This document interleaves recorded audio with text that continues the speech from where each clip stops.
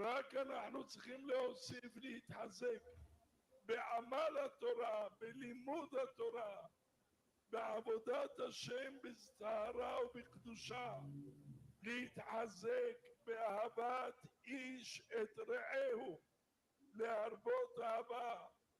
הבית השני נחרב בגלל שנאת חינם. הבית הראשון שנחרב בגלל עבודה זרה, שאין עבירה חמורה ממנה, אחרי 70 שנה נבנה בית שני. וזה שנחרב בגלל שנאת חינם, כל הקיץ חורף עבר כמעט 2000 שנה, ואנחנו לא נושענו, כי אנחנו ממשיכים בשנאה הזאת, ממשיכים במחלוקות, ממשיכים בתחרות. צריכים כל אחד לחזק את עצמו, להפסיק, ונרבה אהבת חינם, נרבה ויתורים, נרבה סלחנות, נרבה מחילות, כדי שהשם יעשה איתנו מידה כנגד מידה. I'm guessing you don't understand what he's saying, Teo.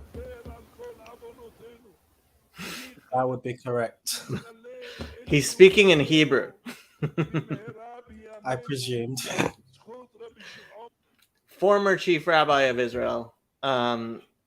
Live, I was gonna just play most of the dancing, but most of the time people are dancing. But it is a minor Jewish holiday, which in Israel, because it's a Jewish country, even minor Jewish holidays have become big deals. And so, yeah, it's a minor Jewish holiday, and there's like 3,000 people watching live on YouTube. And it's like, it's kind of funny because like I can't imagine even 10% of the people watching live on YouTube are Jewish. What do you think their motivation is? There's a fascination the world has with Jews. Understandably. I mean, there's what? How many billion Muslims and Christians in the world? And so, yeah, it's a minor Jewish holiday, and a few tens of thousands of people are dancing around bonfires, and a few rabbis are speaking. The dancing's actually the fun part. I mean, I started when I started live streaming, they were dancing, so I was like, it's only a minor holiday for a minor Jew. No, it's a minor holiday. What's it called? Is it called Burning Man? It's called Lag BaOmer, the 33rd. Oh, sorry. It's the 33rd of the Omer. Okay, well, I'm sorry if that was racist. I was just being goofy. It was hilarious. How you doing, Chad? Good. I've been like working on this job where the reception's horrid, but so I haven't been able to do like much YouTube. So I've just been listening to audiobooks right now. And, so when are you arriving in Los Angeles? Wednesday. Good, because Wednesday night I am having a meet and greet for Tayo and Anthony at my place in Los Angeles. Sweet. You can come too, Chad. Yep. I'm not going to advertise that Chad the alcoholic is going to be there, but I'll tell you that if my nephew comes, the main reason he will come is because Chad the alcoholic will be there. I am going to advertise the Chad. We're losing Chad again. Yeah, it did say his reception wasn't the greatest. He's back, I think. Chad? Yeah. My nephew thinks you're hilarious. To it. Oh. Print the flyers. We've got confirmation. Cool. Well, my nephew is also 14, so. Videos, but I've been doing more Substack stuff lately. I saw your Substack, although I didn't read much. Father Eric had your thing.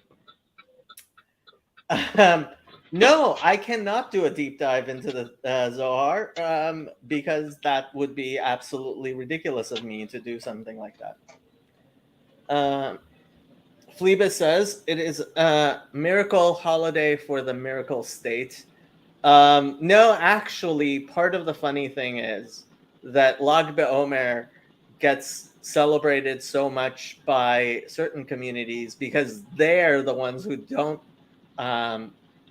celebrate Israeli Independence Day, and so like they're like it's almost like competing holidays. So that's just funny. Yeah. They do like keg stands and shit. Keg stands on Lag BaOmer I've never seen. Keg stands on Simchat Torah I have seen.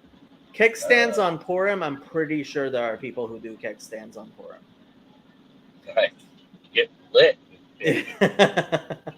So on Purim, you're supposed to get so drunk that you don't know the difference between good and evil. It's like every day. No, only on Purim. One day a year. I only get drunk on days that end in Oro. I mean, D-A-Y.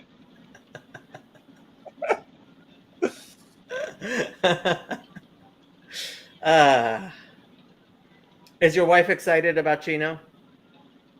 My wife is not going. Oh, okay. But I am excited. She might be excited that she'll have a break from me, so that's cool. So yes, probably. I invited my parents. I don't know if they will come, and I don't know if they do come, if I'll end up murdering them or not. But it might be fun. Very much looking forward to meeting Tayo and everybody. It's going to be great.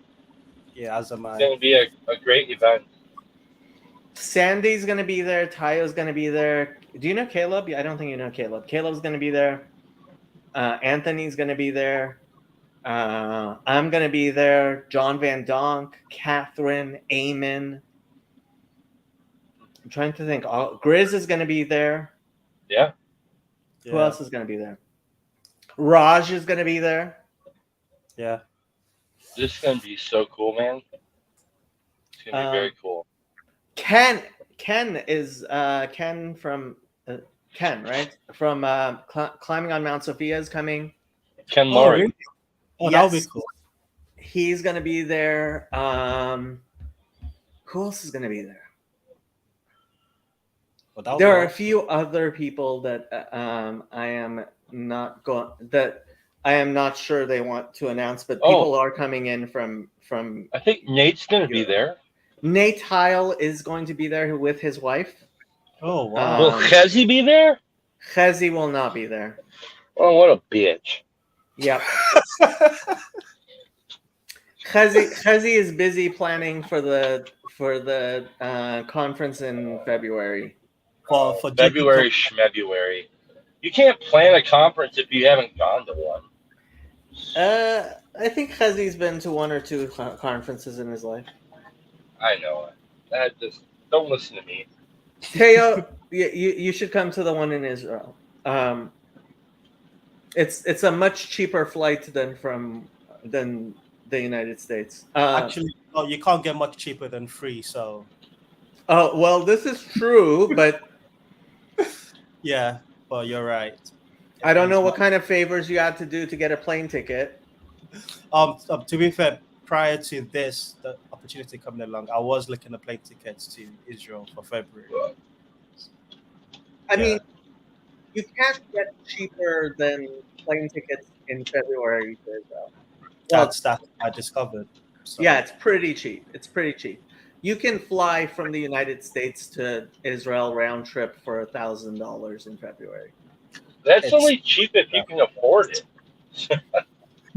True, but if you try to go in the summer, you're looking at tickets that start at $3,000.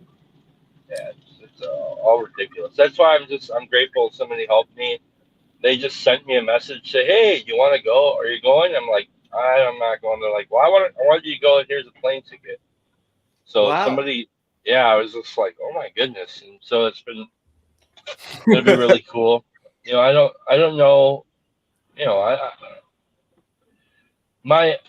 I'm really looking forward to meeting everybody and hearing the conversations. but I'm feeling. Uh-oh, what was that? Sorry, that was me trying to figure out if Rabbi Amar was finished talking and if people were dancing yet. Oh, okay. Yeah, I'm not sure if if if, if I'm just on a lull right now as far as my attention to the corner goes, but or what's the deal? But yeah, it's I don't know. I don't know if I'm losing interest or if I don't know. It's hard to tell. And that's like I'm just being honest with you guys. How I was dare you be honest? We don't believe in honesty here. Well, I do that. Look at this guy, dude. Break it down. Apparently Spit fire.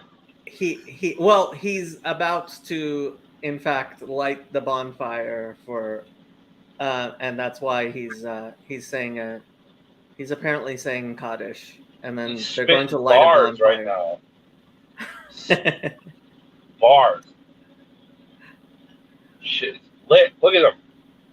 They're gonna start mosh pitting. It's gonna be great. Kind of, sort of, not really. Yeah, they are going to start dancing soon, though. Hopefully. They're gonna start playing "Jump" by not Naughty by Nature, but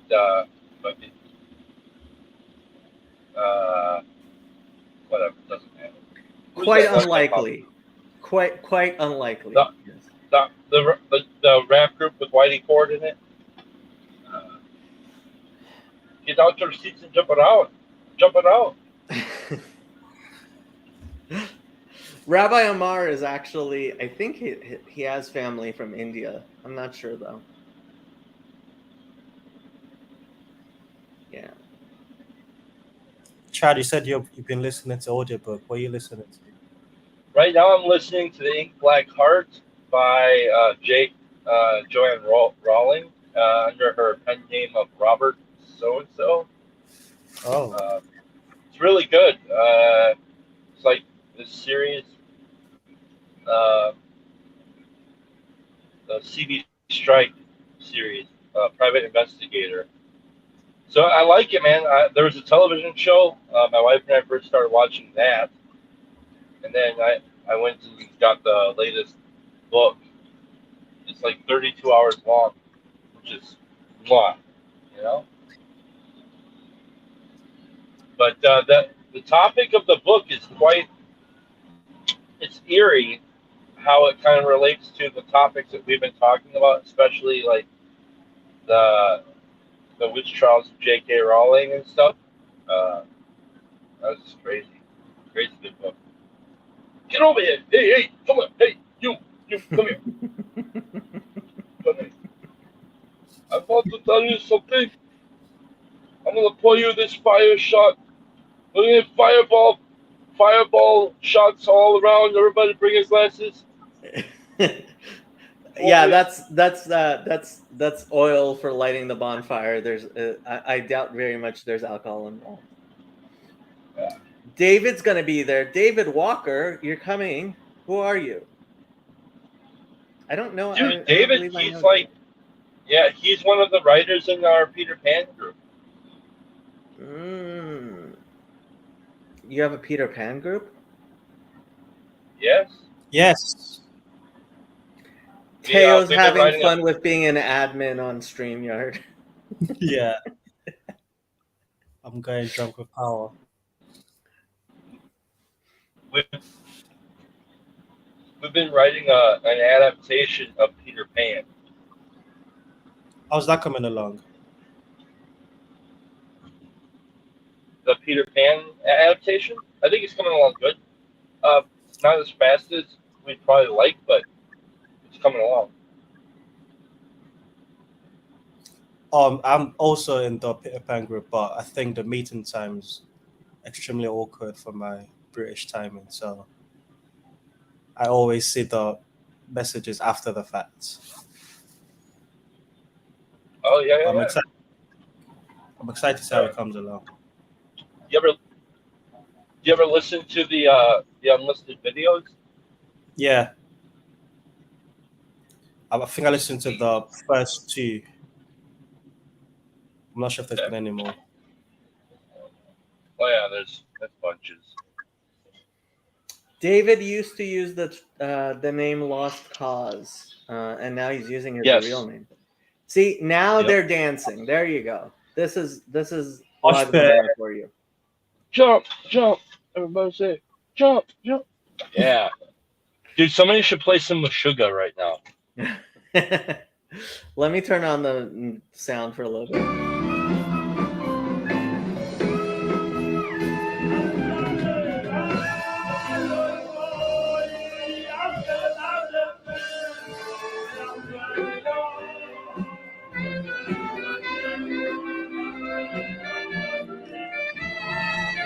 This slaps.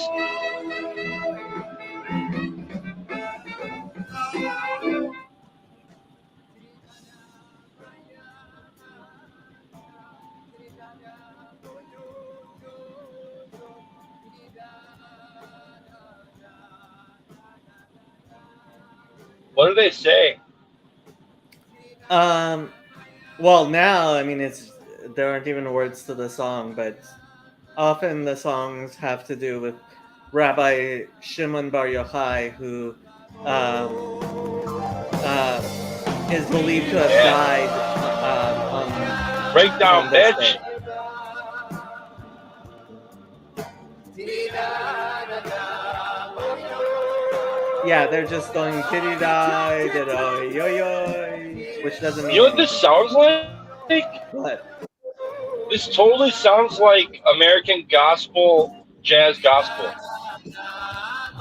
I can see that. There's some elements of like jazz scat to it. Yep. Contemporary. Yeah. Slapping, dude. Holy shit.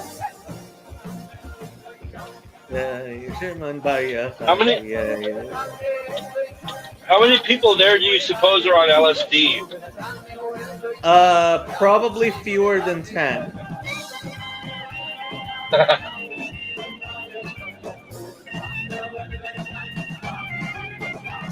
Who's that? Is that Michael What's Sartori? up? It is Michael What up, Sartori. homie? Good to see you, man. Good to It see looks you. like your head's on fire right now. My head's on fire. Yeah. What's the occasion for this bonfire? It is the This is the- 33rd this is the day Jewish of the count of the burning month. Pentecost. And according to Jewish tradition, on this day, Rabbi Shimon Bar Yochai died, but a plague stopped. And so there's a celebration every year of the end of the plague. It's just a bonfire. There's nothing. It's just to have a fire. There's no particular thing. Although some people do particularly burn olive oil, but that's more of a.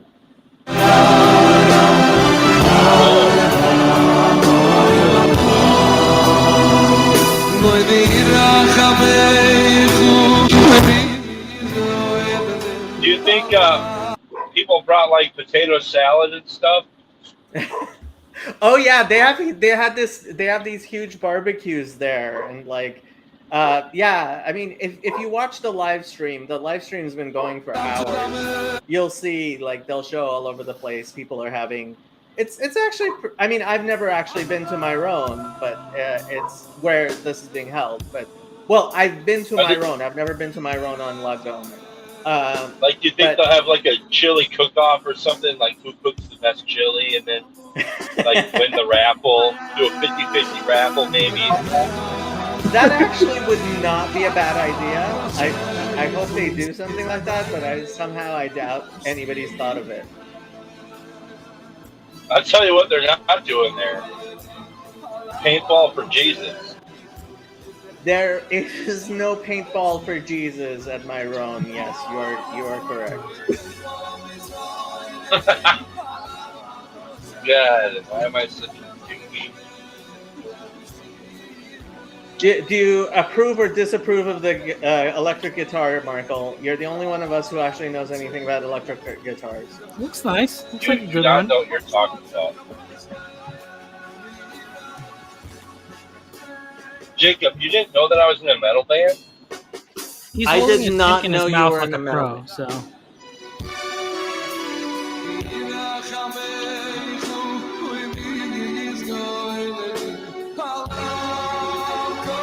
There are females, but they will not be shown on whatchamacallit. Men and women obviously are kept strictly separated. Actually, you can see some of the women in the back watching the men. Are there trans men there? So, trans is a very touchy issue in Jewish communities because intersex is something the Talmud talks about. So, it's oftentimes not exactly clear what we should do with trans people or not. Exactly. does So nobody can Does figure that- it out. does Son the of a bitch. Yentl story happen a lot? It doesn't happen a lot, but especially nowadays. I mean, I remember once there was a trans person who wanted to come to our synagogue, and the big question was whether she would be sitting in the men's section or the women's section. And like, we asked a bunch of rabbis and nobody had a good answer. Is this rehearsed? Those movements? What? Are those movements rehearsed? No, this is typical yeshivish dancing. Like, anytime you go to a religious anytime you go to a religious event like a wedding or something, people try to dance, and this is the best they achieve. Some people are good at it, but most people are not. But yeah, this is pretty typical dancing in Orthodox Hasidic Jewish community. Are there people on TikTok that do yeshivish dancing videos? There are definitely a lot of Hasidic dancing videos on TikTok, but I think the vast majority of them, the people who so this channel that I'm streaming from, Shizoli, which is live streaming on YouTube, they're like, I think 90% of the people who watch that channel are not Jewish, but they cover religious Jewish events. And so their videos get far more exposure than anybody I ever imagined they would. Like, some of these musicians, like Jewish musicians, they've made it big because they have huge audiences in Latin America that they're like, whoa. So wait, there's like Mexican Jewish people? No. I mean, there are Mexican Jewish people, but the audiences in Latin America generally are Christians who are listening to ultra Orthodox Jewish music. Okay. Same with South, in sub-Saharan Africa. Like, there are even a small percentage of Christians is a huge percentage of the Jewish population, right? So there are 2 billion Christians, and there are 1 million religious Jews.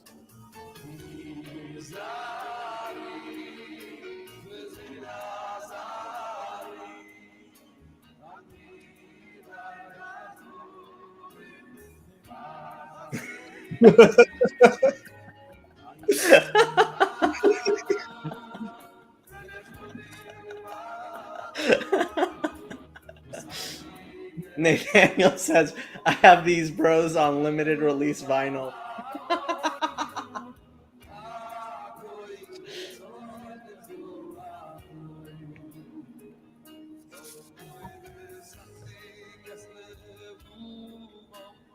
Watch me get a copyright strike for this. I don't think I will. Shizoli, I don't believe would copyright strike me for this, but yeah. This is live from Israel.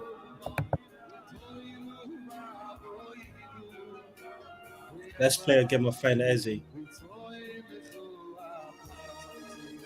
What with Khezi? Find Ezzy in the crowd. Oh, Khezi is definitely not in this crowd. This is not Khezi's crowd. Unfortunately, it was either last year or the year before. I think it was the year before. There was a stampede and dozens of people died. Yeah, it was sad. Wow. Is that my connection? No, it's theirs. I think. Khezi, everyone's asking you to come and explain what's going on in whatchamacallit, in Meron. Nobody understands what's going on in Meron.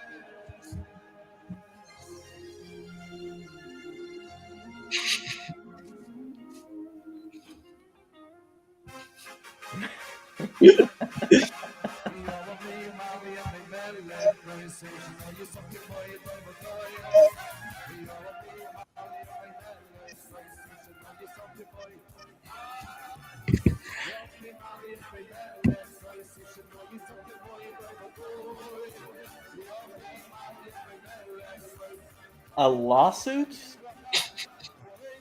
You mean the lawsuit for the stampede? Is that what you're talking about?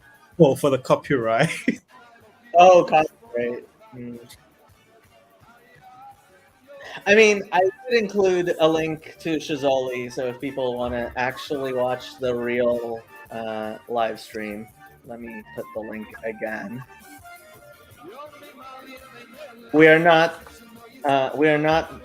destroying people's copyrights. That just rebroadcasting with commentary. So hopefully that should be fine. Hopefully. Oh yeah, dozens of people died. I think some 40 people died at the stampede. Oh wow.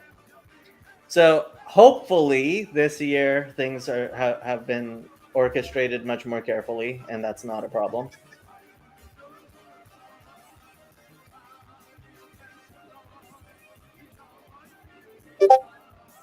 And I'm sure then there are far fewer people going there these years than they used to.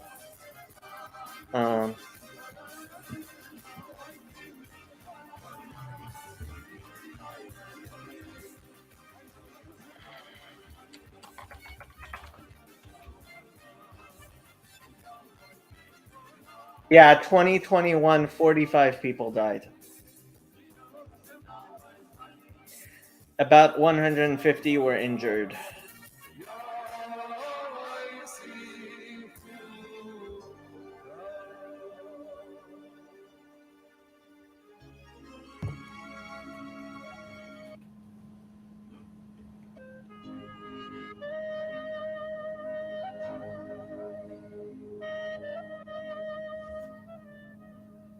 If you guys aren't interested, we don't have to watch this. I just thought people might find this interesting. Next.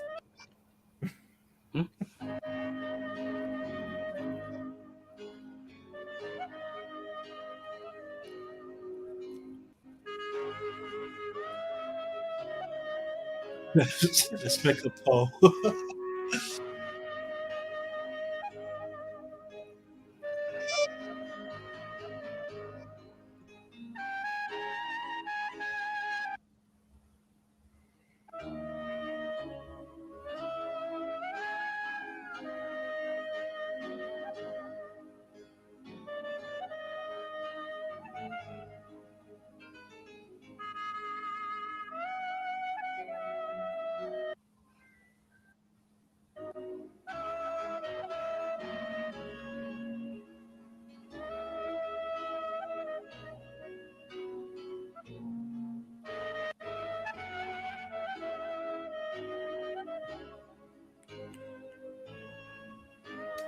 So Chazi wants me to talk about Rabbi Shimon Bar Yochai and the cave. So Rabbi Shimon Bar Yochai lived during the time of shortly after the Second Temple was destroyed by the Romans and rabbis were being persecuted. And he and his son were fleeing from the Romans, and they found a cave in which to hide. And they went into the cave, and a carob tree, and that's why it is traditional to have carobs on Lag BaOmer. A carob tree was in the growing in the cave, and there was a stream, I believe, and they survived inside there. I don't remember how long supposedly it was. Might have been a very long time. I don't remember exactly.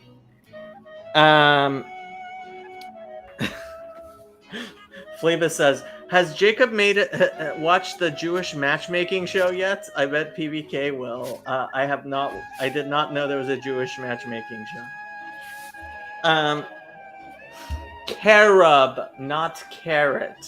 Carob. C-A-R-O-B.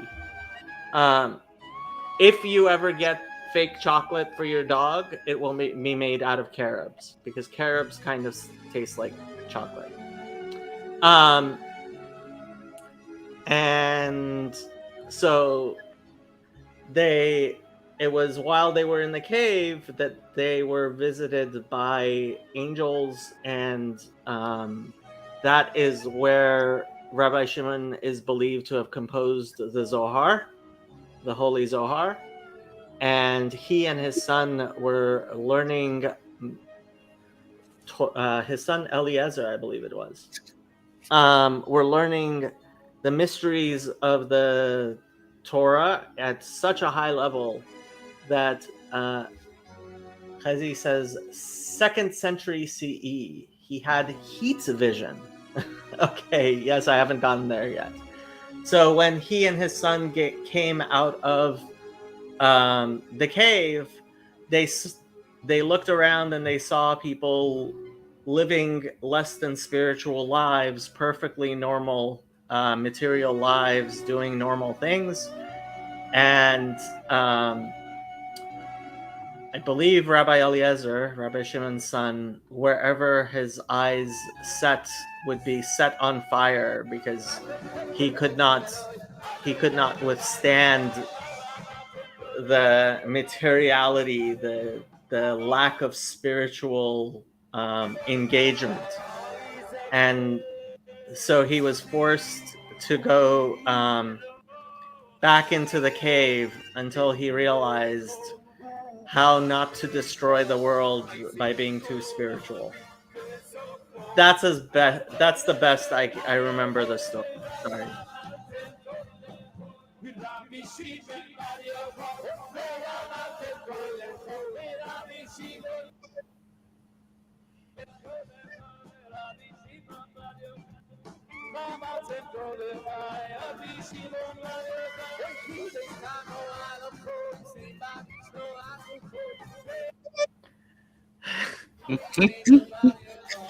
I'm boring people to sleep. David likes the story. I'm sorry.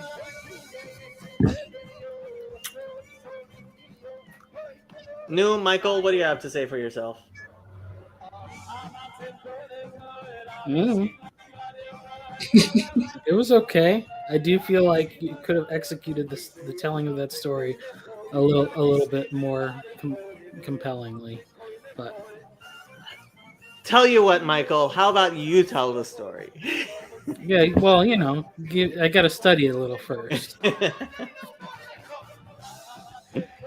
Finish the story. What's the rest of the story, Chazi? I don't remember the rest of the story.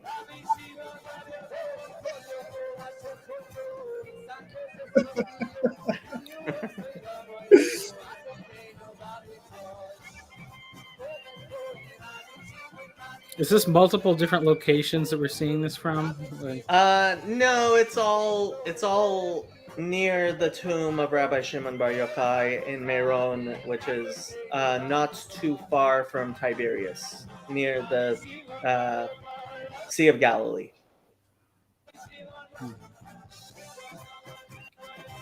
There are various venues. Not everybody's in the same little area, but it's all surrounding the tomb of Rabbi Shimon Bar Yochai. What does God tell him? What happens when they go back in the cave? I don't remember clearly, Chazi. I'm sorry. I suppose I could be good and actually look up the story of Rabbi Shimon and the cave.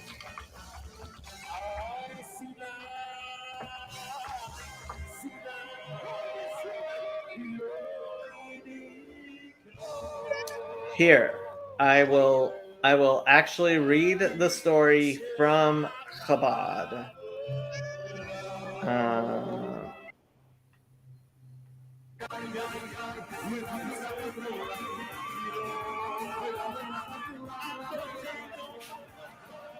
Okay.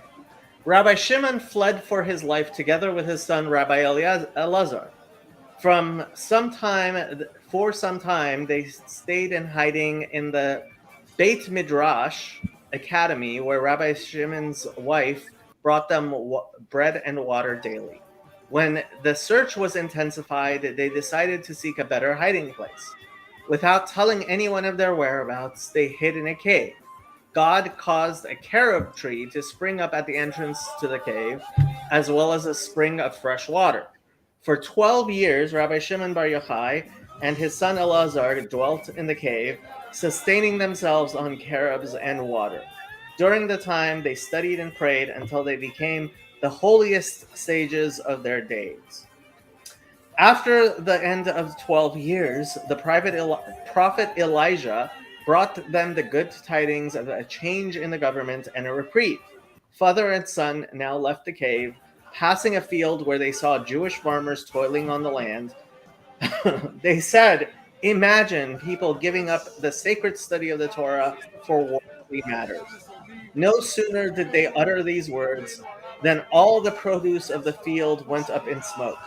Then they heard a heavenly voice saying, "Have you come out to destroy my world? Go back to your cave." They returned to the cave for another 12 months and left it again, only after they heard the same heavenly voice calling them to leave. This time, they came out with a different outlook on life. Seeing a Jew carrying 2 bunches of myrtle rushing home on Friday afternoon, they asked him what he was going to do with the myrtle. "It is to adorn my house in honor of the Sabbath," the man replied.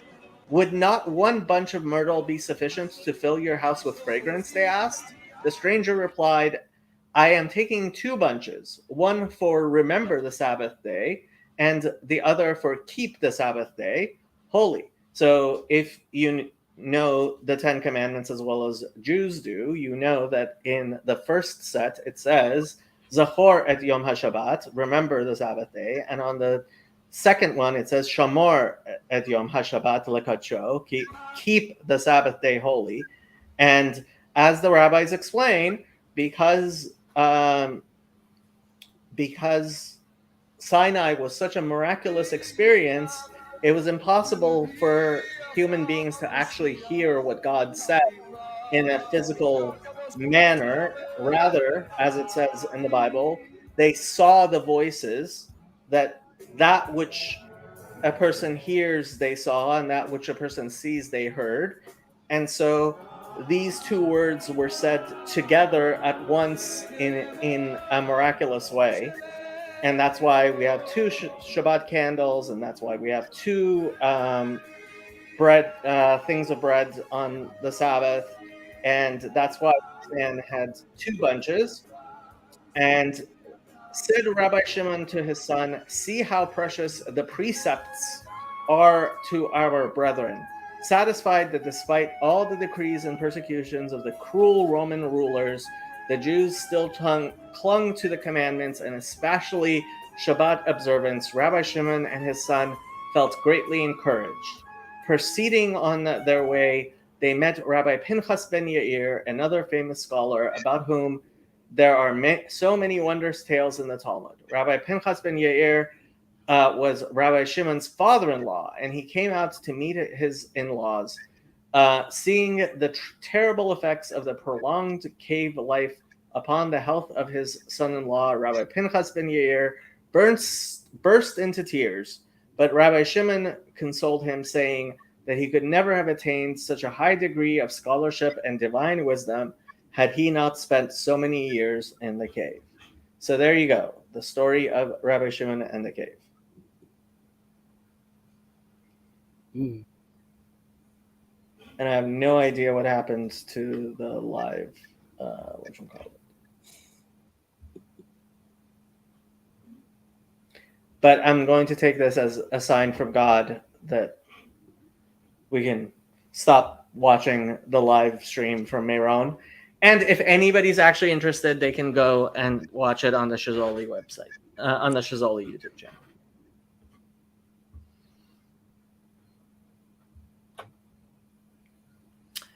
How do we take the thinky-talky down from the mountain out of the cave safely? How do we integrate these abstract ideas on the ground daily? I don't know, Chazi, but you know what, Chazi? I invited my parents to Chino, which if I can invite my parents to Chino, you can invite your parents to this little corner. Synesthesia. Yes, exactly, Chad. I'm guessing you're not coming to Chino, Michael.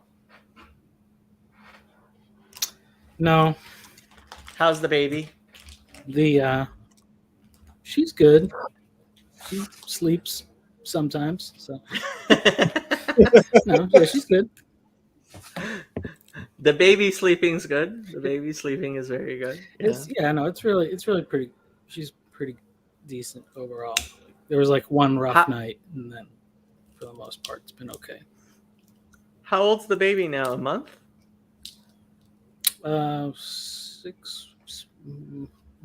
going on about 6 weeks, I think. 5-6 weeks, yeah. 6 weeks. Yeah. Yep. And that's your third daughter, right? Mm-hmm. How are the older girls taking it?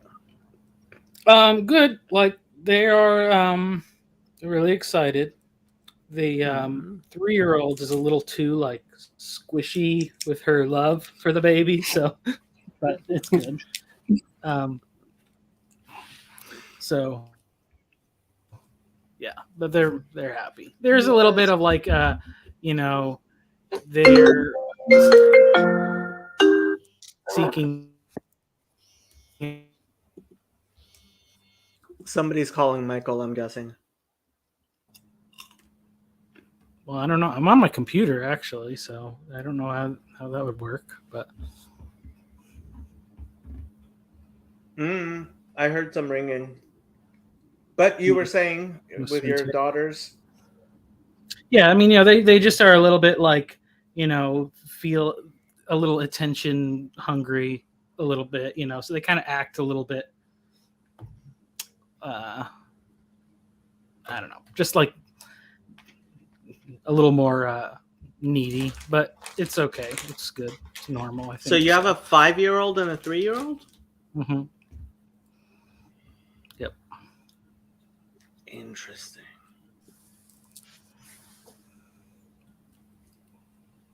Yep. How's work? How's your school coming along? It's okay. I have like I'm putting stuff out there a little bit. It's a little tough, like because I'm not able to produce content as quickly as I'd like. But also like I need to spend more time like networking and stuff like that, which is the thing I like the least doing. Like I like talking to people, but like trying to like set up the conversations and stuff is tedious. So, but I have some like real life people I need to get in touch with a little bit more and stuff. So, yeah. I don't know if I don't think I've watched. I'm up to date with all of them, but I've seen a good chunk, and they've been Yeah. excellent. Yeah, I mean, you know, it's like, yeah, just random people have good stories a lot of times. So, Yeah. so yeah. Oh, that's who I forget to mention. Mo is coming to Chino as well, and so yeah, hopefully we'll be Will able Mo to use be on the Chino flyer? to actually get the foundation going a little bit, so that it won't be stagnating like it has been. Mm. What's the thing that what's the signal that will cause that the stagnation is over? What's the next step for the foundation? The next step is, well, right now they're working on getting it legally like set up as a foundation, and then Yeah. once it's legally set up, then we'll have to they will have to figure out who the first members of the board of directors are going to be, and hopefully at the February conference we will have like the actual announcement of this is the board of directors, this is the bylaws, this is the foundation, and that will then allow people to know exactly. So my problem has been like there hasn't been a real clear indication of like how things are decided, right? So once the foundation exists, there'll be a clear, like, Mo's going to be the executive director, and the members of the board of directors will be clear, and the bylaws by which they run will be clear, and that will allow people who want to pour money into things, which apparently there are some, thank God, will have clear direction on how that money will be used and what it will be used for, and then we will be able to better support the various projects that we've been doing, including I know we're working on getting a book published right now. I know the channels are a big priority, but like deciding how to run the channels. I know Michael's school is something a lot of people are excited with, and getting Michael whatever resources we can. Continually having events and how, you know, but first we have to have kind of like the vessel with, and then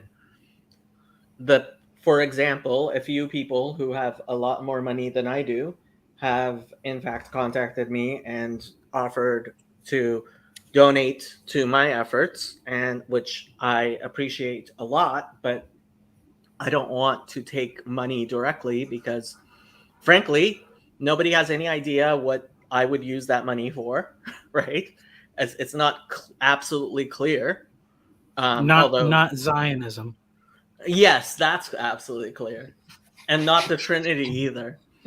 But like, I mean, beyond, for example, the money that I'm spending on, I mean, already there are other things money could be spent for, but once we have an actual board of directors and a 501c3, then people can confidently donate money, and then once they have, then we'll know what we could do. Art projects might be along, I mean, that's the thing, like we need to have an actual way of determining how we are going to spend any money that people contribute. I can And I know, already see that Yeah. being the next big civil war in this TLC. what do you mean? Why this? Why not me? Why this? Why not that? Well, it's And but only the board will get to decide, right? So it's not going to be. Well, that's why we need a board of Yes. directors. Yeah. That's why we need a board of directors, and we need like. So ultimately, I think Mo is going to be really the person who's going to be making most of the decisions because he's the executive director and he's the one person who's doing the work. And frankly, I thought from the various, I specifically tried to recruit somebody that lots of people in this little corner could be like, hey, this Mo guy seems like a good person to make these types of decisions. And Mo, I mean, for some people, Mo is an unknown quantity, but for a lot of people in this little corner, Mo is a very well-known quantity, somebody they've known for years. And so ultimately, I think Mo is going to be making most of the decisions, but the board of directors is going to exist as a supervising entity over Mo. So having members on the board of directors that people feel comfortable with, so that it's not just this Mo guy, it's actually an organization.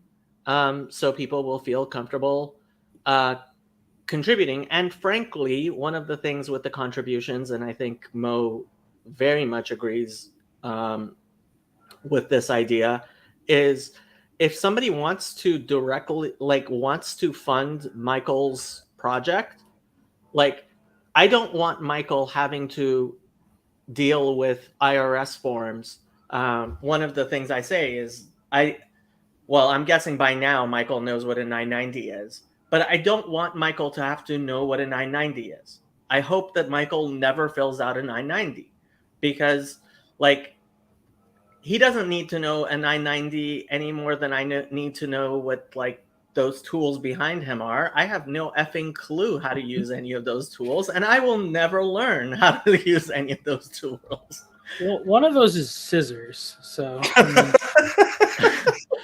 you would be very surprised how poorly I use scissors, but it doesn't matter how poorly you use them.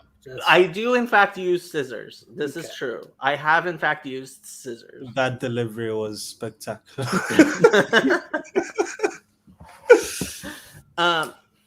But I mean, I'm guessing you've maybe seen a 990 or know what a 990 is, but it's a horrible form that I hope to God you never have to intimately know the way I do.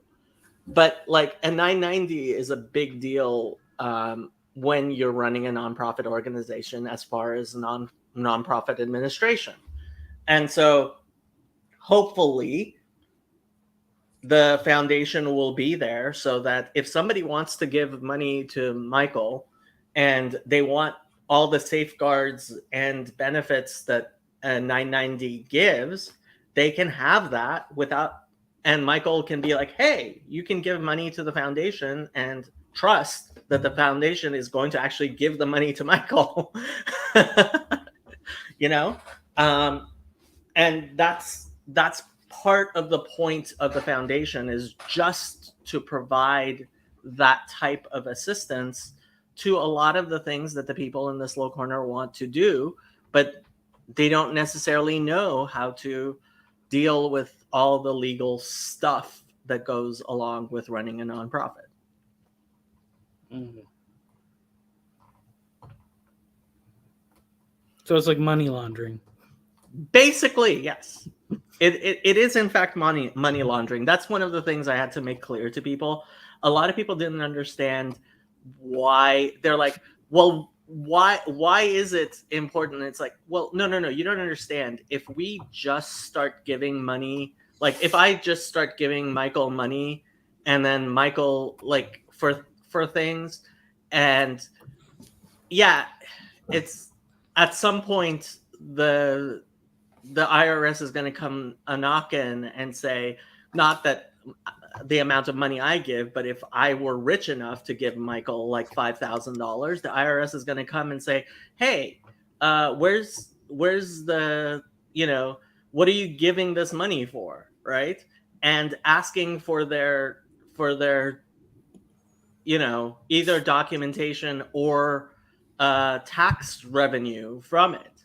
And it's like, yeah, you don't want to get into those problems. And people who have real amounts of money to give, they already have to deal with this stuff. Chezi says, Paul mentioned wanted to talk about capital punishment in Judaism, perhaps a stream about that. Yeah, I actually did comment in the stream when he talked about that. It's very clear what Judaism teaches about capital punishment. Do you share? There we go. John 18. Let me pull up John 18.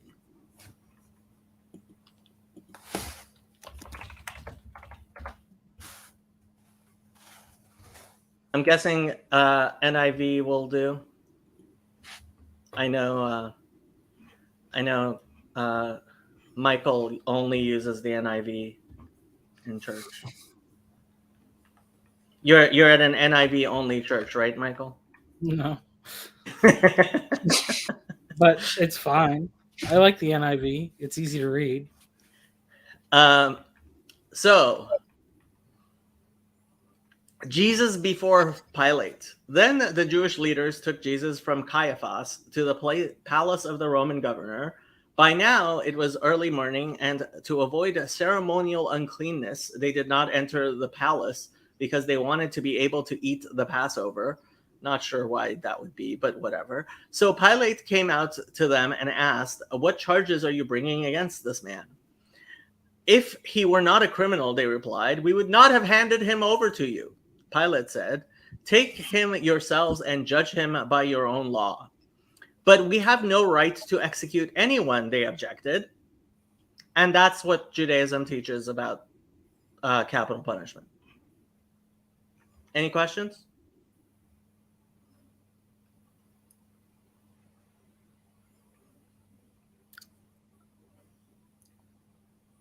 A few laws spring to mind.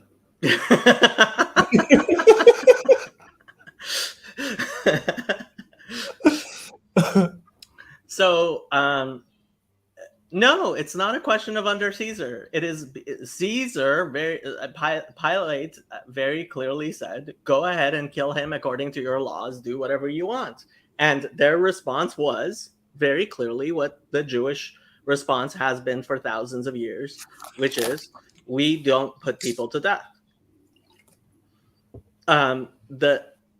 I can pull up the Mishnah in Sanhedrin, and I can pull up various verses in Ezekiel, and but when you look historically, right? I believe there are 2 cases in the entire Bible of someone being put to death by a Jewish rabbinic court. One is the example given under Moses of Tzlofchad. The other, I believe there's a time in Judges or something when something like that happens. But generally, throughout Jewish history for thousands of years, and this was true during the time of Jesus, was that, and what the Talmud says is that during the Second Temple, the rabbis who were members of the Sanhedrin, in essence, resigned. They moved out of the chamber of hewn stone because they saw that so to quote the Mishnah, Sanhedrin that puts one person to death every 7 years, and some say every 70 years, is called murderous. And one of the rabbis says, if I were on the, I forget which rabbi it is, it might have been Rabbi Akiva, says, if I were on the Sanhedrin, they would never put anyone to death. And Rabbi Meir replies, even you cause there to be more murders in Israel. So that's the tension in Jewish law, is is that capital laws exist for a very particular purpose. The Bible says quite clearly, we do not wish for, God says, I do not wish for the evil man to die in his sin. And so we believe that if only once in a very long time one person needs to be put to death in order to prevent there being more deaths, then yes. But generally, if lots of people are to be put to death, then God should do it himself. And that is what the Talmud says, that the rabbis decided during the Second Temple, is that they would no longer sit in judgment in what's called the chamber of hewn stone, because there were too many people to be put to death. And their response was, if God needs to put so many people to death, then he should do it himself. And this, throughout Jewish history, has in fact been the actual guidance of rabbinical courts. And all archaeological evidence, in fact, confirms that there has never been a situation where Jewish courts were putting multiple people to death in any short amount of time. That's not how Jewish law has ever operated. And so when the Sanhedrin says, I'm glad to see that Chazi agreed. So when in the Gospel of John, the members of the Sanhedrin reply to Pilate, it is not lawful for us to put any man to death. They're not saying you're not allowing us to do what we would want. They're saying under Jewish law, we would not be able to put Jesus to death. And in fact, they would not have been able to. It is this, what I saw when I was reading Acts 7 with Stephen was just hilariously stupid as a representation of anything that, like, I could see actual Jews doing. Like the idea that people were left and right being like put on trial for death and stoned, like it's out of Monty Python. It really is. Like you guys have seen the Monty Python Life of Brian like skits. Like, I'm sorry, it's just not comical. But that's not, I mean, is there no, so, I mean, is that an instance of people taking justice into their own hands, though? Like, oh, you know. I mean, so this is what the reasonable people, I mean, I'm guessing Father Stephen, for example, would say, oh, this obviously wasn't actually a legitimate court, right? It was a bunch of horrible people who took justice and like mob justice, and it was no more representative of Judaism than lynchings in the South were representatives of American government and what our laws mean and should be, right? Well, first of all, for 2,000 years, many Christians have in fact thought that it was perfectly representative of what Jewish law means, and that's made far more perverse by the fact that then they used that as justification for believing that their own Old Testament teaches that to be bloodthirsty and be so pro capital punishment, and so like, and that's the most perverse part, is you get Christians who read this, think that that is the proper understanding of Old Testament law, and because they believe in Old Testament law as being some sort of actual justice, then end up murdering lots and lots of people under Old Testament law. It's like, no, that's not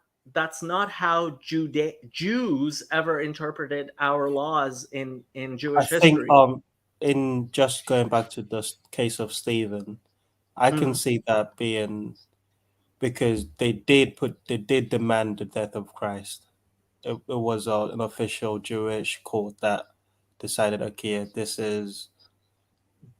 man's a problem. And post resurrection, I don't think that anything could be said was normal going on around the first century, because a lot of things was going on.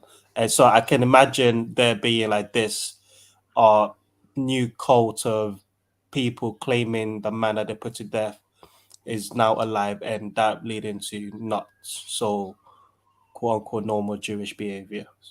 Well, I mean, also, I mean, it stands to reason that if there was not like official capital punishment, then that means there's really not much for people to fear if they're going to decide to take the law into their own hands, because who's going to punish them? So,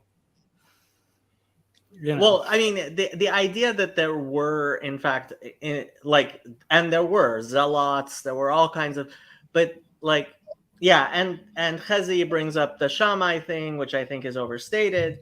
But didn't it say, because it said Stephen was arguing with the Greek Jews, I think it said. Right. So, I mean, the question really becomes what exactly is going on there in Acts 7, and who is involved or not. The Pharisees, Jews of Cyrene and Alexandria. Right. That's who he was arguing with. So the Pharisees, the Aramaic speaking Pharisees, which modern Judaism descends from, was very different from the Sadducees and the Hellenized Jews. The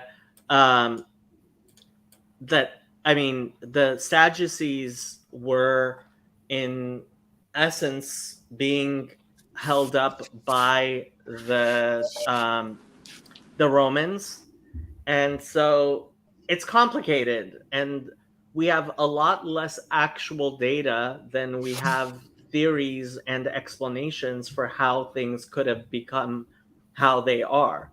But I have to say, David, when he says, I think the deeper question behind capital punishment is mediation, as in, does God wield the rod through people or not? I think David answers that in very, very clearly when he talks about killing Saul. Let me find this. David, Saul.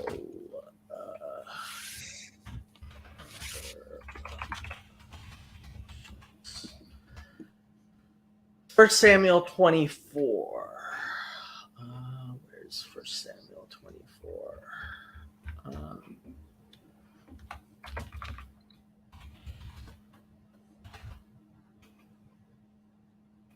Okay. So 1 Samuel 24.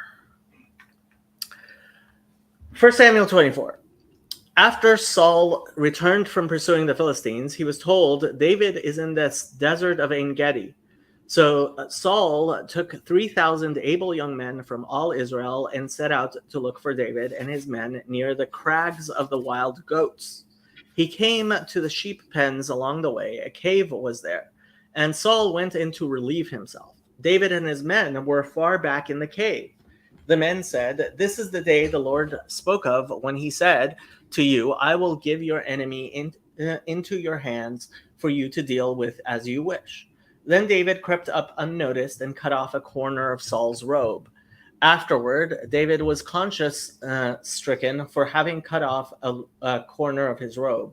He said to his men, the Lord forbid that I should do such a thing to my master, the Lord's anointed, or lay my hand on him, for he is the anointed of the Lord.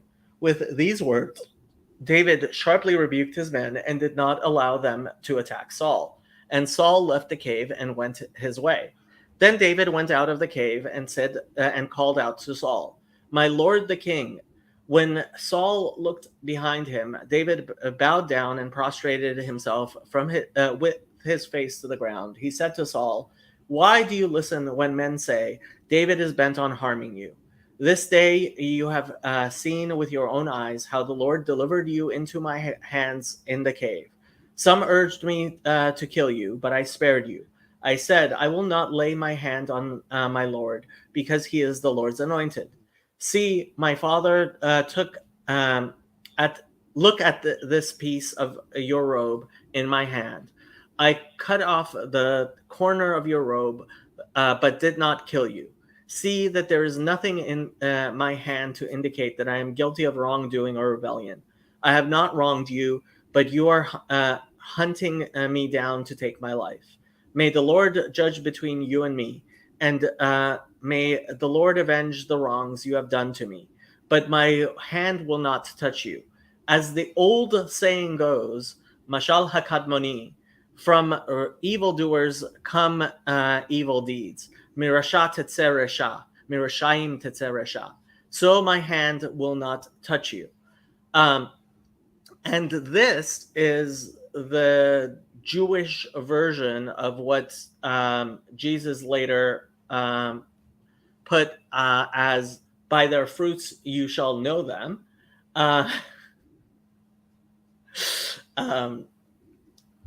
Sorry, I'm reading the comments and people are saying funny things. But the when it comes down to it, the Jewish belief has been, since the ancient proverb quoted by David to Saul, that even if the Lord needs to strike someone down, if someone needs that God needs to cause evil to happen to someone, you should never, ever, ever be the person through whom that is done, because mirashayim tetzeh resha, even the vengeance of the Lord comes through evildoers and not through good people. And you should always try to be the one who is an instrument of God's grace, not God's wrath. Yeah. Well, I mean, I think, it's like, I do think it is a, useful deterrent, like having it on the books, like, and I think that's the thing, even a lot of times people will be convicted and be sentenced to death, but then have their sentence converted to life, life imprisonment. I mean, to me, that seems like it. I do feel weird because some of the like theonomy Christian people that are like I'm just like, okay, well, where do you like somebody's guilty of that thing? Like, it seems like the fact that we have prisons and we can afford to do that, like that's the best way. And then you just like keep sending those people to Bible studies or whatever, I'm getting a call. So David says, question, what about Goliath? You see that David, so ultimately, sometimes it's necessary for us to act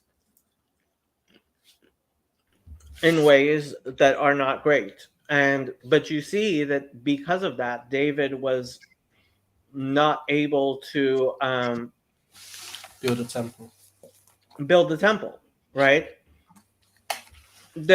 Even though ultimately what he was doing was what was necessary, because of that he was not able to build the temple. And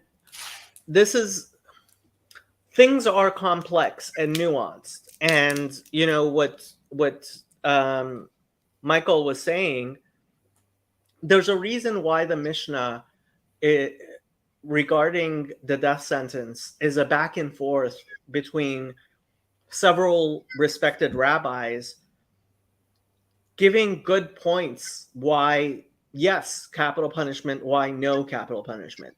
And I think it's really important that Rabbi Meir says even you who are trying to be merciful are increasing the number of deaths in Israel, because that is a nuanced and sophisticated understanding,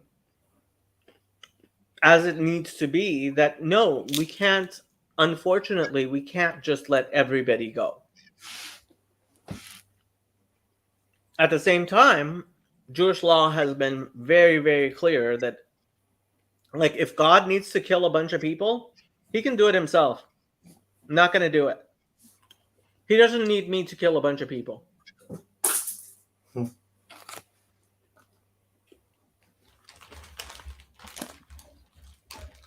Maybe once in a while he might need me to kill someone, in case, like, they should be studying for a final or a midterm or something, and I have to, like, embarrass them in front of other people. You know what the Talmud says, that, like, embarrassing someone is worse than murder. But sometimes you have to murder someone for their own good.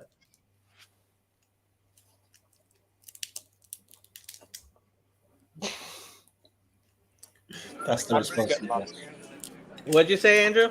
I'm just getting lunch. You have to get lunch? I see. No, I am getting lunch right now, so don't worry. Okay.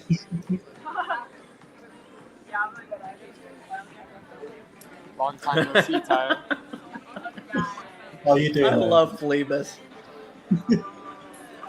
Are you going to be at the Wednesday meet and greet, or is that too? You've got finals around that time? You realize that Andrew's, like, within walking distance of my apartment, right? Oh yeah, then I'll definitely get to meet Andrew then, in that case. Yeah, UCLA is, like, there are UCLA dormitories across the street from me. Oh, Yeah. right. Should I go to the meet and greet? On Wednesday night, you can come to the meet and greet on Wednesday night. Yes, absolutely. Chad will be there. Sounds good.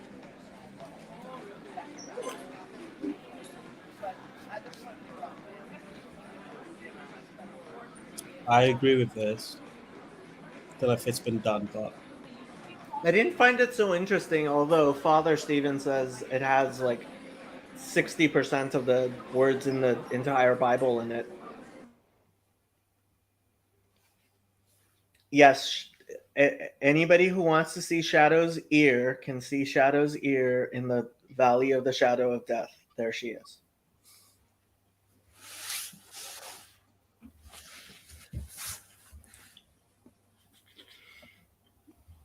What time is it? It's almost 2.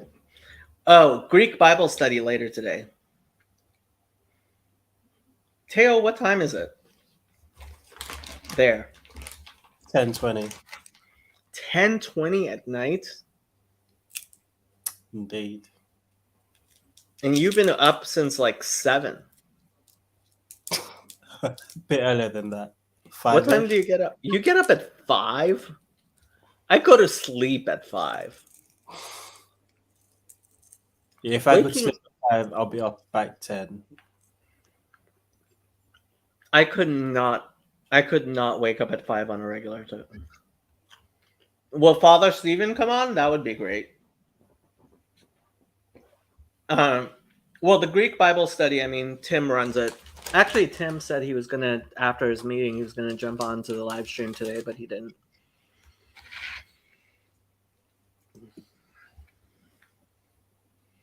There was a great compression between Joshua, war with Amalek, and the splitting of the Dead Sea. You mean the Red Sea, not the Dead Sea.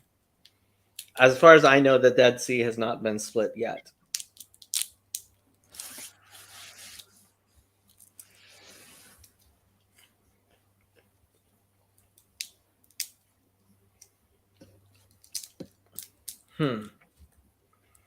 You know what, Teo? I think I'm going to leave you with the Just Chatting stream.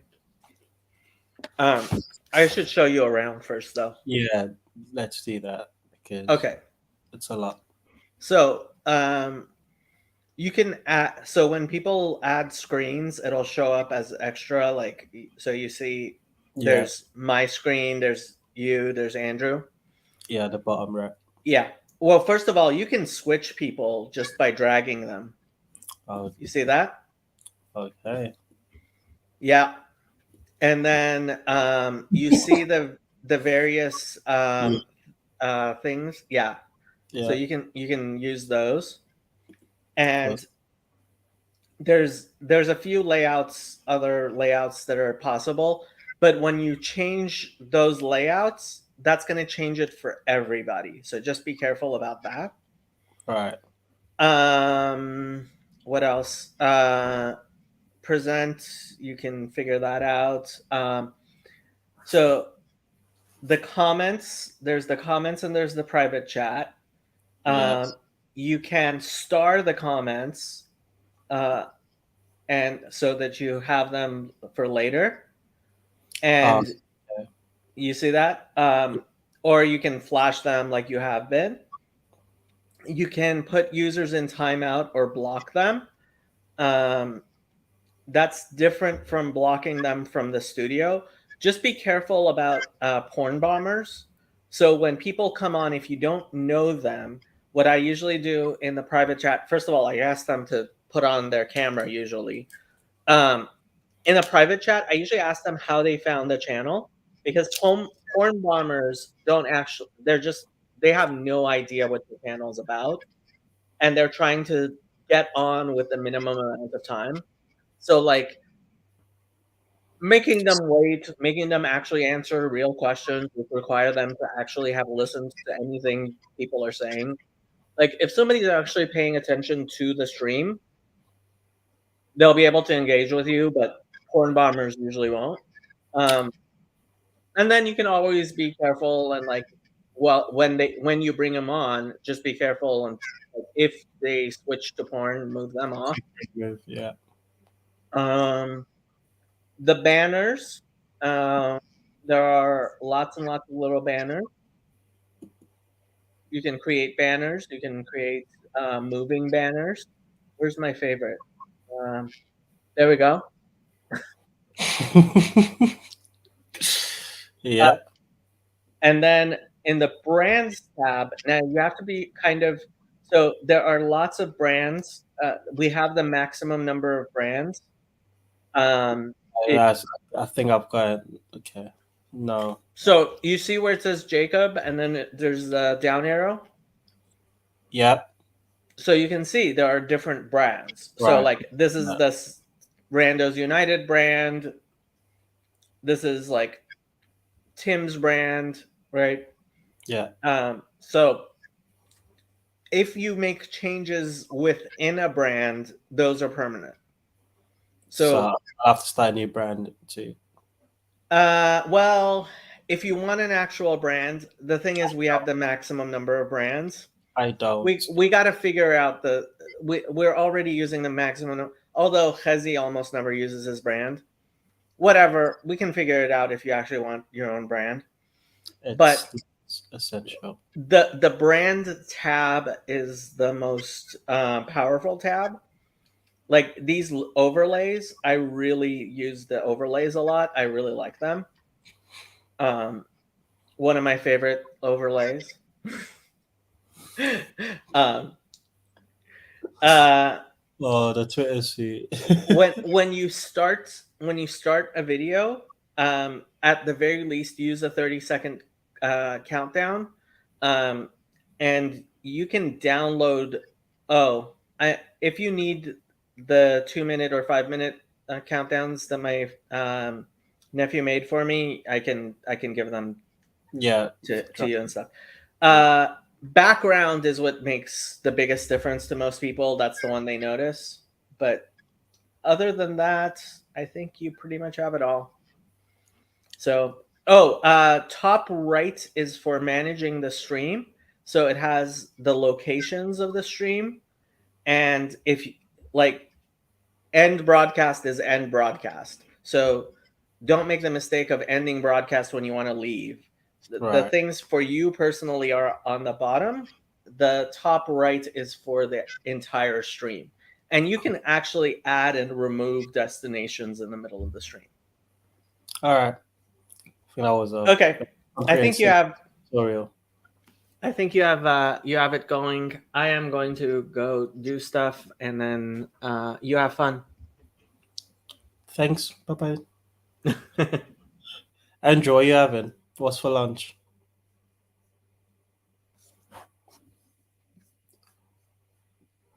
Am I still there? Okay. Chicken burrito. Standard.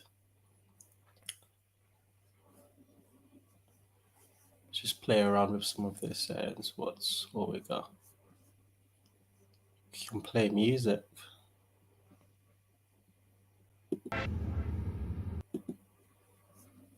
Guess not. Yeah, it's quite late down there up here, so if anyone wants to join, pull up. Otherwise, the comments are there. Andrea, you still there?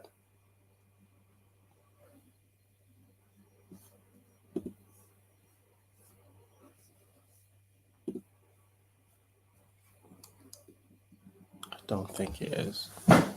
Sup, Hezzy?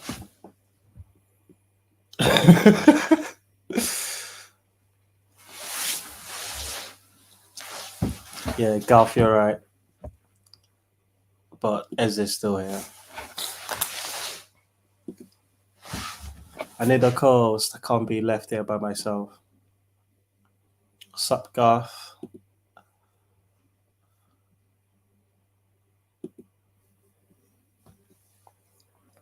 Let's see, let's present some things, get some.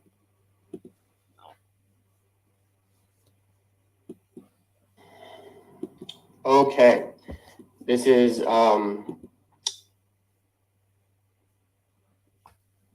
If I do this, pick a topic before we do. this is for the Alien Salience project. This video is to whom it may concern. Whoever finds this,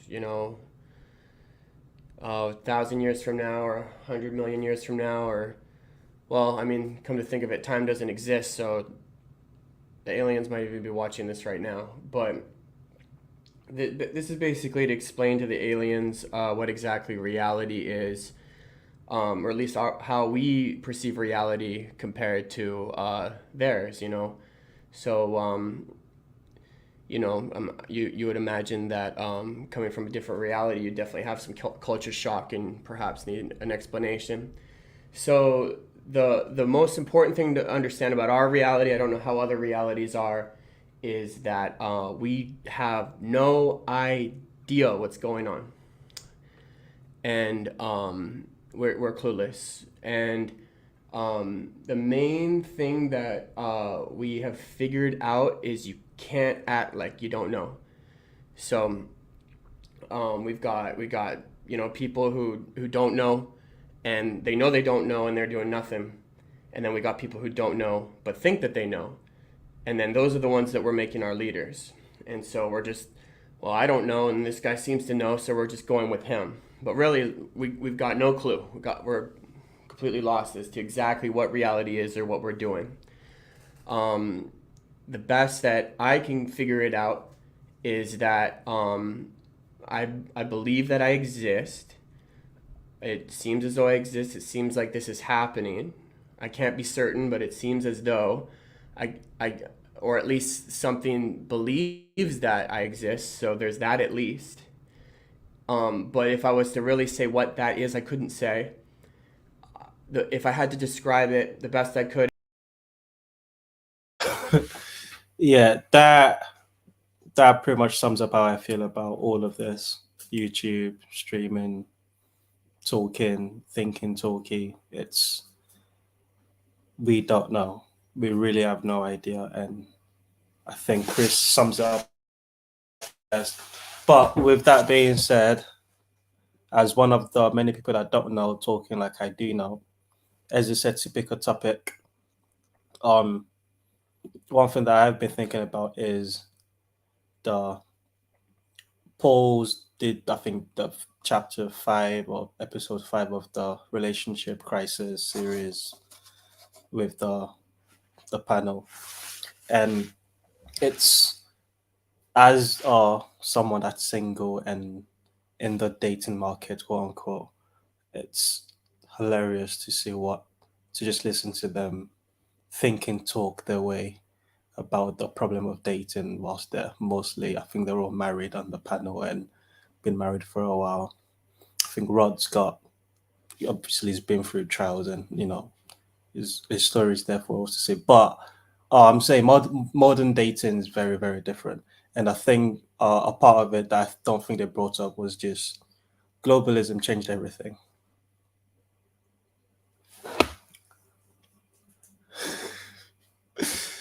I just seen this comment and it made me laugh.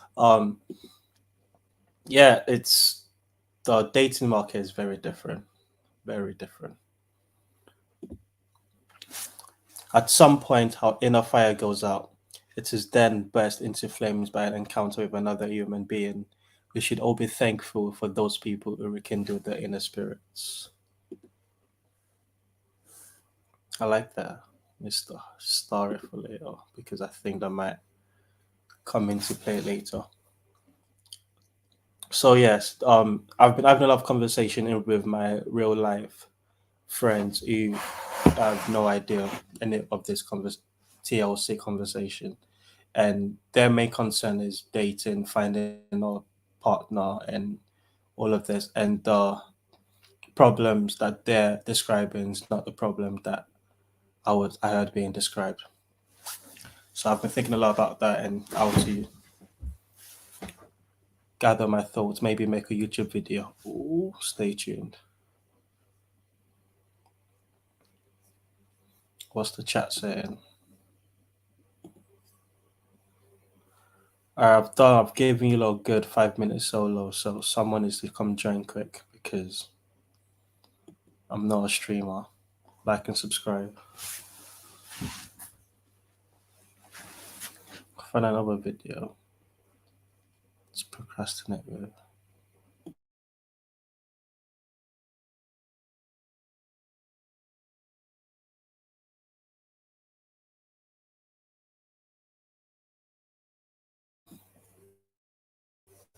Do I talk TLC with anyone? Yes. Yes, I do. I've got Estuary, people from Estuary that they're very familiar with the TLC and the conversation around it. But I still count even those as algorithmic friends. These were friends that I discovered in TLC. But people in my life before I discovered TLC, I speak to you two or three, you sort of understand what I'm talking about. One mainly because he was interested in Jordan Peterson, um, not for the spiritual or the mixing science and religion. Yeah, yeah, he's one of my boys. So yeah, he was into Peterson as on the same vein as Rich Dad Poor Dad book. That's what 12 Years for Life was. Just how to sort your life out, man up, grow up, start making money, and all of that. That's the value he saw in Peterson. But he's also listened to podcasts, so we can have conversations about some IDW adjacent thing, and he's semi interested in conversation about the meaning crisis and uh, modernity, materialism, the re-enchantment of the world, all of that. Uh, but is I've invited him to a few estuary meetings and he's yet to attend one. So how interested is he really? And the other friend, it was actually a friend I've just reconnected with the last month or so. I haven't been gone from London for a while, and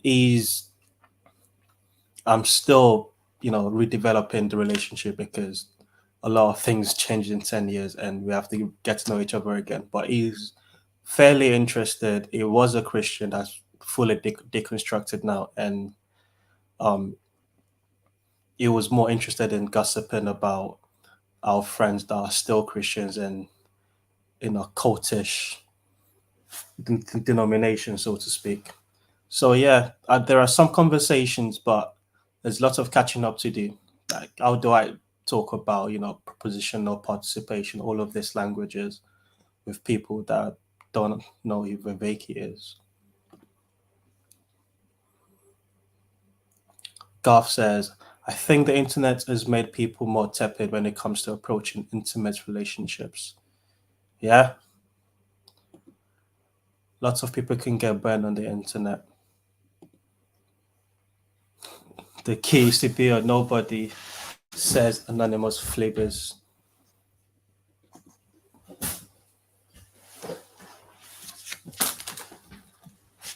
Being a nobody is what I like in TLC.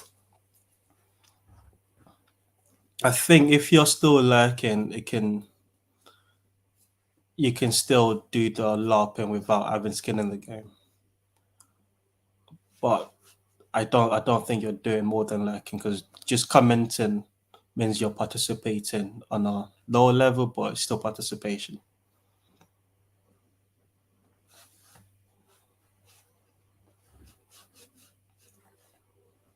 Wait, so you man are gonna leave me to do this by myself? No one's jumping on.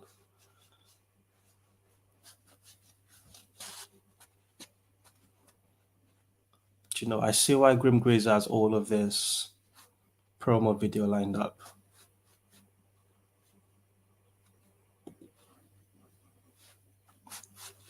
It's hard because you need balance, beauty, and desire with a divine goal.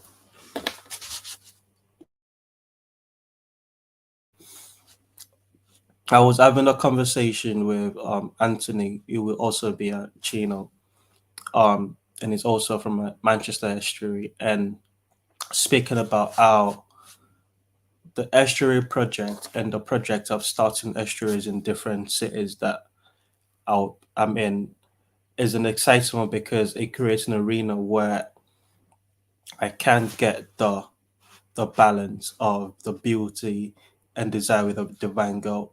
The estuary concept of being the garden to a church means that I can be in the church and have the divine goal, have everyone agree on what the divine goal is, and then go into the garden where there's conversation about how to pursue said divine goal, or even if we all agree on what the divine goal is at all. Fair point. Still searching for that spiritual, my guess. Are you gonna be at Chino, Nathaniel? Because that would be great. Fleaver says, I enjoyed McGilchrist and David Bentley Art's conversation today. In case anyone is curious, I am not familiar, but I will add that to the ever-growing tab of videos to watch. I know you would, bro. Appreciate it.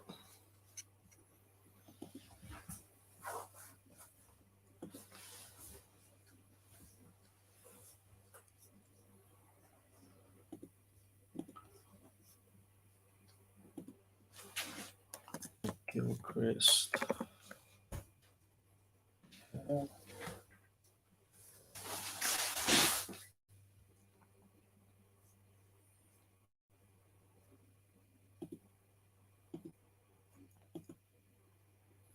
No, unfortunately not possible. I live in Florida. Hopefully another meetup in the future. Hopefully. I think the next one that I'm looking forward to will be the one that Hezzy's organizing in Israel next year. That sounds like a must be. Let's see. Banners.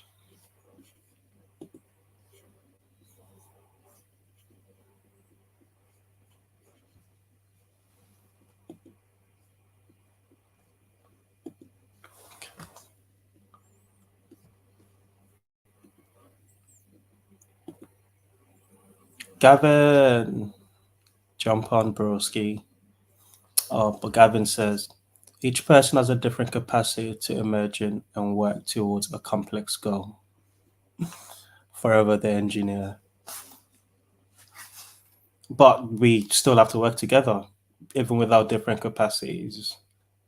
I think the Christian framing would be the feet, the tongue, the ears, your head, the nose, they all work together for the purpose of one body. So I think if we can agree on a goal, the capacity doesn't matter because we can all work towards that goal regardless of our capacity. I think the bigger problem is trying to find a complex goal in which to agree upon.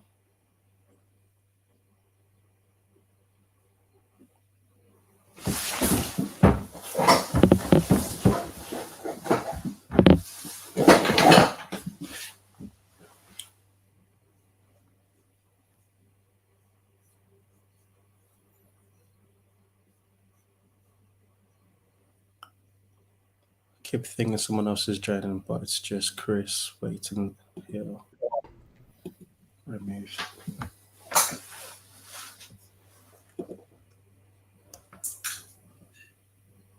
Let's see what else I've extracted.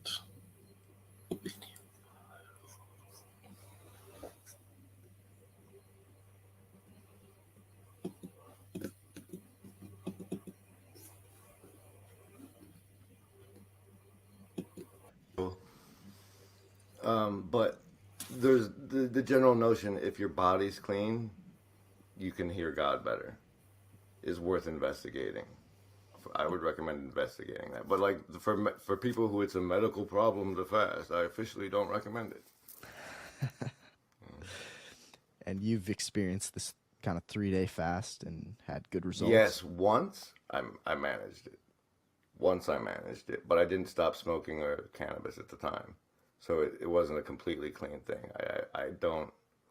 I'm working on developing reverence for my temple. I understand intellectually that my body is the temple, but there's decades of deprogramming, ritual addiction behaviors that have to be overcome at this point. And as I said, I'm comfortable still being a cautionary tale, not a success story, as far as personally. Sure. And like when you did fast, did you actually feel that connection with God, whatever that might mean? Did you hear did the antenna work, if using your metaphor? There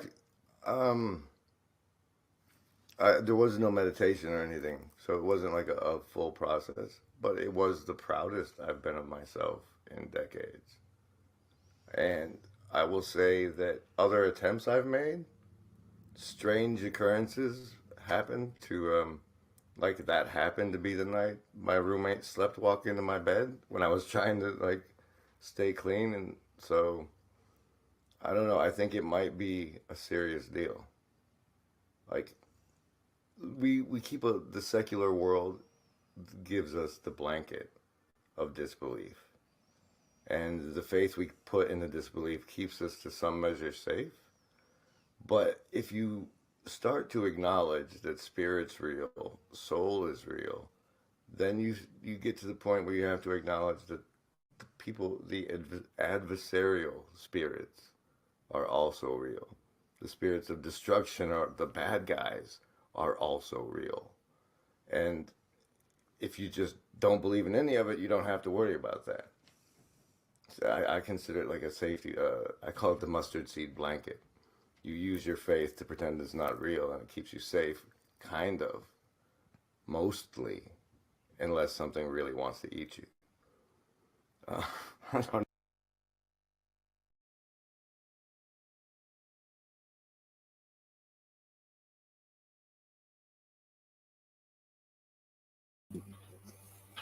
Yeah, I thought that was relevant to Gavin's point about trade-offs and sacrificing the future for the present, or sacrifice the present for the future. Goals can be short-term or long-term, and there are trade-offs. Some people sacrifice the future for the present, or sacrifice the present for the future. Ezzy, We are told when Pericles would walk into Acropolis, it would say beauty, beauty, beauty, and at the same time in Israel, Ezra entered the temple and said, "Holy, holy, holy." One day we will combine both. Amen, brother. God shall enlarge Japheth, and he shall dwell in the tents of Shem. The language of Javan, who is the forebear of the Greek nation and one of the descendants of Japheth, will also serve as a sacred language in the tents of Shem, where Torah is studied. We've got a Levite in the building. Let's let Grews finish up his. Can't remember when, but yeah, it's serious. I'm not. You're gonna look if you want to maximize your machine. Like I said, pay attention to names. Huberman, Huberman, Uberman. I mean, there's your instruction manual. But what I'm saying is, like the development of character, the discipline, the fasting, that sort of thing. That's a whole nother level of important. You can't, if you get into it, if you go there, you can't carry your little mustard seed blanket. So, I don't know. The mustard seed blanket, which is like the comfort / atheism might be right. There might not be a God. That blanket. Okay. That's what this little corner is But for. when you act in the world through that lens, it's hard for you to No such thing. gain the qualia of experience that you could gain through realizing that life might be sacred. You could turn into a player instead of just a background character. I don't think anybody that's wearing the secular blanket, like,